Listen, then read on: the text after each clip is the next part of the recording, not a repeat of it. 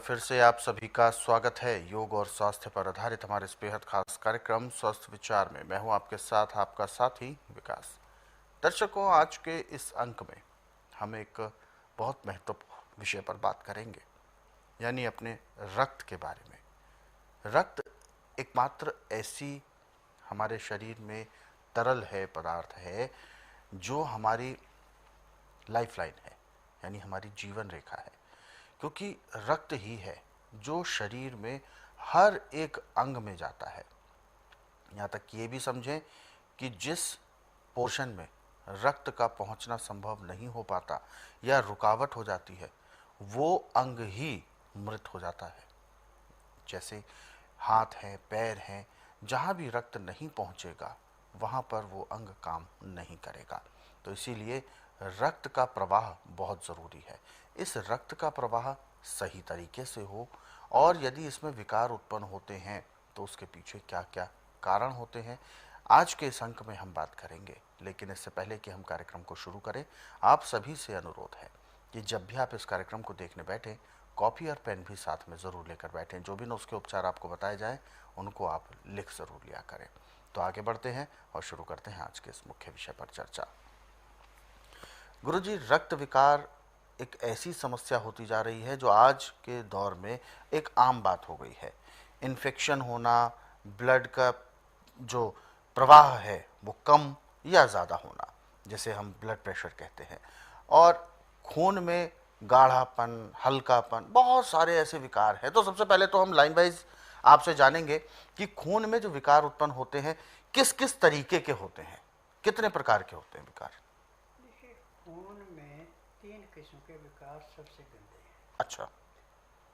एक में तो इसमें जैसे दूध से दही जमता, ऐसे जमना शुरू होता है, यानी थक्के से जम जाते हैं। हाँ, अच्छा। सबसे गंदा विकार है। दूसरे में खून गाढ़ा होके नसों में, जैसे गंदी नाली में कूड़ा करकट जम के पानी के साथ कीचड़ जम जाता है, ऐसे नसों के अंदर सूजन पैदा कर देता है। अच्छा। और तीसरे में सबसे ज़्यादा कि इसमें खाज खुजली बड़ी हो जाती है, फिर इन्फेक्शन, एक्जिमा भी से। हाँ, तो इसके उपचार के लिए हमने ज़्यादा दौड़ धूप करने की जरूरत नहीं है। टमाटर आपको 12 महीने मिलता है। बिल्कुल। पका हुआ खट्टा टमाटर नहीं होना चाहिए, बल्कि देसी टमाटर सबसे अच्छा है। ऐसे आप टमाटर कोई भी ले सकते हैं। उसका जूस निकालें आप कम से कम 50 ग्राम। दांतन कूड़ा करने के बाद सुबह 50 ग्राम पीने में आप 20 से 25 मिनट का समय लगाएं। ये अंदर खून को ऐसे साफ करता है जैसे मैले कुचैले कपड़े को गर्म पानी में सोडे में डाल के उसकी मैल निकाल देते हैं, ऐसे खून को साफ करता है। हर 4 घंटे बाद आप 50 ग्राम पीते जाएं, तो आपका फोड़ा फुंसी, एक्जिमा, सोराइसिस, खून के चकत्ते, खून का गाढ़ापन, सारा कुछ इससे ऐसे साफ होता है जैसे गंदे पानी में फटकरी डाल के उस पानी को बिल्कुल निर्मल कर दिया जाता है। ऐसे खून निर्मल हो जाता है, और पैर के तलवों से सिर के बाल तक की नस नाड़ियों में बड़े अच्छे प्रभाव से चलना शुरू होता है, रोग खत्म हो जाता है। ये टमाटर के अंदर ही गुण है। परंतु इसमें आपको नमक या काली मिर्च कुछ नहीं डालना, सिर्फ जूस अकेला पीना। और ऐसे भी टमाटर का जूस आप सब्जी में मिला के, दाल में मिला के, या ऐसे भी लेते हैं, तो आप ये समझो कि आप हर रोज 1000 रुपये का टॉनिक पी रहे हैं। इतना इसका लाभ है। पाचन शक्ति को बढ़ाने के लिए, खून को साफ करने के लिए, नसों के अंदर तिरहाट और लचपन देने के लिए टमाटर एक किस्म का अमृत है। तो ऐसे में गुरुजी किन किन चीज़ों का हमें ध्यान भी रखना चाहिए कि खून गाढ़ा ना हो जाए, या इसके कोई लक्षण होंगे जिससे हमें खुद पता चले कि खून गाढ़ा है या बहुत ज़्यादा पतला हो गया? देखिए, जब आप ठंडी चीज़ों का सेवन करेंगे तो खून में गाढ़ापन लाजमी आएगा। अच्छा, और पता कैसे चलेगा? जब गाढ़ापन आता है तो आपको बीपी हाई होना शुरू हो जाता है, बिल्कुल। सबसे बड़ी देन है। और सिर में भारीपन रहता है, आंखों में खुमार सा रहता है जैसे नींद आ रही है। और जो स्वस्थ आदमी है, जिसका खून बिल्कुल शुद्ध है, उसके शरीर में आलस नहीं होता। जिसके खून में इन्फेक्शन होगा उसको हमेशा शरीर में आलस रहेगा।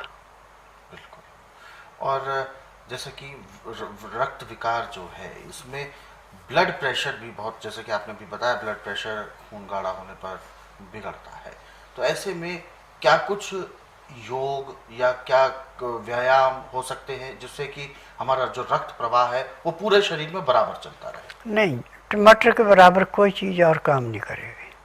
अच्छा, इसके साथ साथ तो योग भी हम? हाँ, लोन बलोन करिएगा। अच्छा, केवल लोन बलोन। जी। जितने फेफड़ों को ऑक्सीजन ज़्यादा मिलेगी उतना ही आपका खून जल्दी साफ होगा। खून को फिल्टर करने के लिए टमाटर का जूस है, और दिल को ऑक्सीजन देने के लिए ऑक्सीजन को अलोन बलोन है। अलोन बलोन से जब फेफड़ों को ऑक्सीजन पूरी मिलेगी, फेफड़े दिल को देंगे, खून साफ होगा, बीमारी खत्म होगी। बिल्कुल। चलते चलते हम अपने दर्शकों को एक चीज़ और भी आपसे पूछना चाहेंगे कि अलोन विलोन करने का सही तरीका कैसा होना चाहिए और नियम क्या होता है? देखिए, अलोन बलोन आप किसी टाइम भी कर सकते हैं। अच्छा। खाना खा के, पानी पी के, सो के, बैठ के, जब मर्जी करें।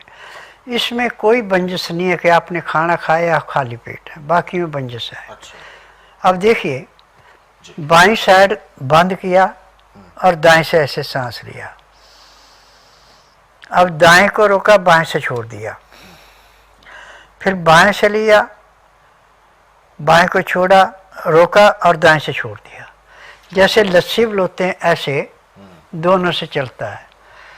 तो जब दाईं साइड से सांस लिया जाता है बाएं फेफड़े में जाता है, और बाईं साइड से लिया जाता है दाएं में जाता है।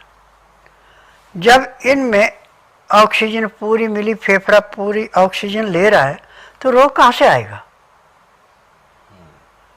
खून तो साफ ऑक्सीजन ने करना है।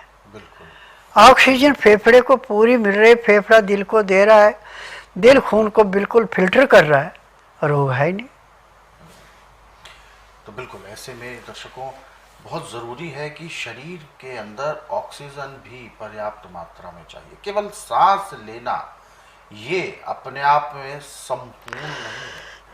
सांस तो आप अपने जीवन को किसी तरीके से चलायमान रखने के लिए लेते हैं, अपने आप को जीवित रखने के लिए सांस लेना बहुत ज़रूरी होता है।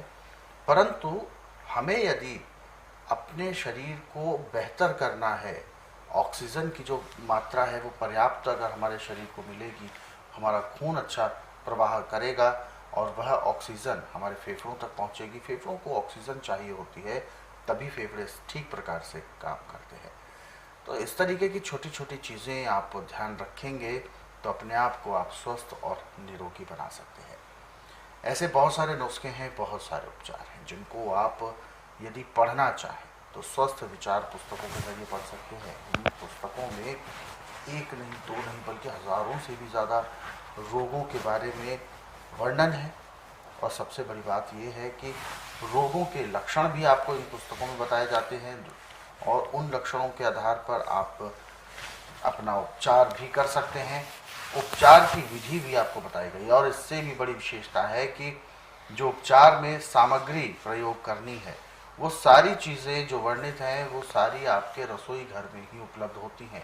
उन्हीं चीज़ों से आप अपना उपचार भी कर सकते हैं। यानी जिन चीज़ों का प्रयोग हम केवल भोजन में स्वाद के लिए करते हैं, जिन मसालों का प्रयोग हम करते हैं वो सभी अपने आप में एक औषधि हैं। तो ऐसे में उन औषधियों का हमारे शरीर में लाभ मिले, उसके लिए क्या कुछ हम कर सकते हैं, पुस्तकों के माध्यम से आप पढ़ सकते हैं।